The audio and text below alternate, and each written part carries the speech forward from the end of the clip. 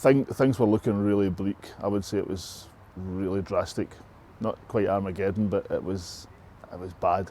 I didn't realise until I came in that the scale of the job, the size of the amount of things you have to do to run a sort of semi-pro football club. People turn up every second Saturday for a couple of hours and watch a game and enjoy themselves and go home. And I did that for 25 years, but it was drastic enough to move me to come off the terrace and join the committee. You know, I don't think it's too drastic to say we were one tweet away from extinction, because I took over the club's Twitter last season and really enjoyed that and thought I was really contributing to the club in a massive way. It was only when I joined the committee I realised that was a drop in the ocean, but the significance I don't think can be underplayed, because I used to speak to the manager quite regularly, Alan Kelly, and Alan took over at the start of last season, and he was performing a dual role as kind of manager, secretary, anything else.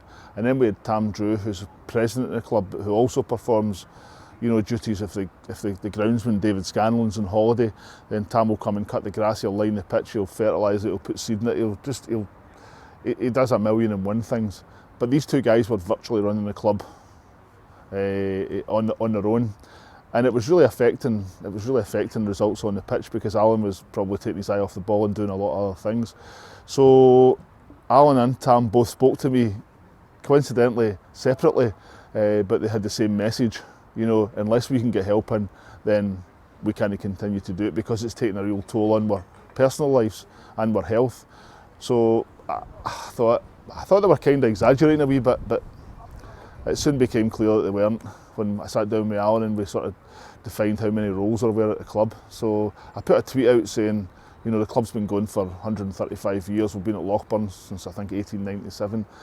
Unless the local community rally around, whether you're a football supporter or not, you know, because there's a lot of non-football roles at the club. Unless the community rally around, then we won't have a club, and that will just go to bed like a lot of other clubs that have went in the past. I would say social media has played a real pivotal role in saving Maryhill. It's okay having people operating it, but unless you've got, how did people get the word out there before Twitter? You know, it's phenomenal. It was mostly through Twitter and the Glasgow West End Today, Daily Record got involved because I worked here for a while, and Evening Times. But it was all online, everything was online, and all these people got in touch with me through all these different various mediums. They all emailed me, phoned me, and all of a sudden we had virtually a new committee in place.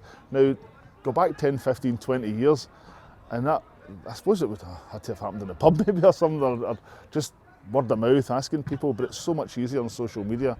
It was such a help. My position at Maryhill FC is treasurer, and that came about when I saw Jeff's article in the paper about Maryhill needing volunteers. So I emailed him and said that I was studying business, if that was any use, and what role that he might want me to fill. So he'd asked if I'd considered being treasurer, and it wasn't something I'd considered. But at the meeting a week or two later, they didn't have anyone else to do the job, so I took up the role as treasurer. I became a volunteer at Maryhill because it was something I enjoyed doing, enjoyed volunteering, and I'd always wanted to get involved in a football club. I'd wanted to come along and watch, but nobody would come and watch the games with me, so I felt that I could do my bit by volunteering. I thought that might help the club, especially when it was looking that it might not survive. Maryhill can't function without volunteers. We can't pay them. They pay the players a small amount of expenses, but everybody else at the club is a volunteer. Some people do a bit more than others. Some people have got a wee bit more time to do more than others. But without volunteers, there would be no Maryhill Football Club, because we need people to come and give up their spare time. You know, some of the guys are working, so they get a wee bit less time. Some people are retired. Anybody that can help us. We've got people that don't even come to the games that help out, that just do it all through, you know, their computers and the phone and stuff. So that's a big help as well. So I would say no volunteers, no Maryhill Football Club. I was, from what I heard things through the grapevine, and I was concerned about the future. I would have missed him quite greatly. I supported him as a boy. My father took me as a boy, and I've been supporting him since the late 60s. I would say our future's looking a lot brighter than it was. It's by no means out of the woods. You know, we're still trying to define certain people's roles within the club, and the next meeting we have will be quite important because, you know, a lot of people will then be asked to step up a wee bit and take on a role. You know what? First and foremost, we needed a secretary, we needed a treasurer, these things to perform our duties as a club. But now we need to do a lot more. We need to have people that can look after the ground and do the maintenance. People that can help with fundraising.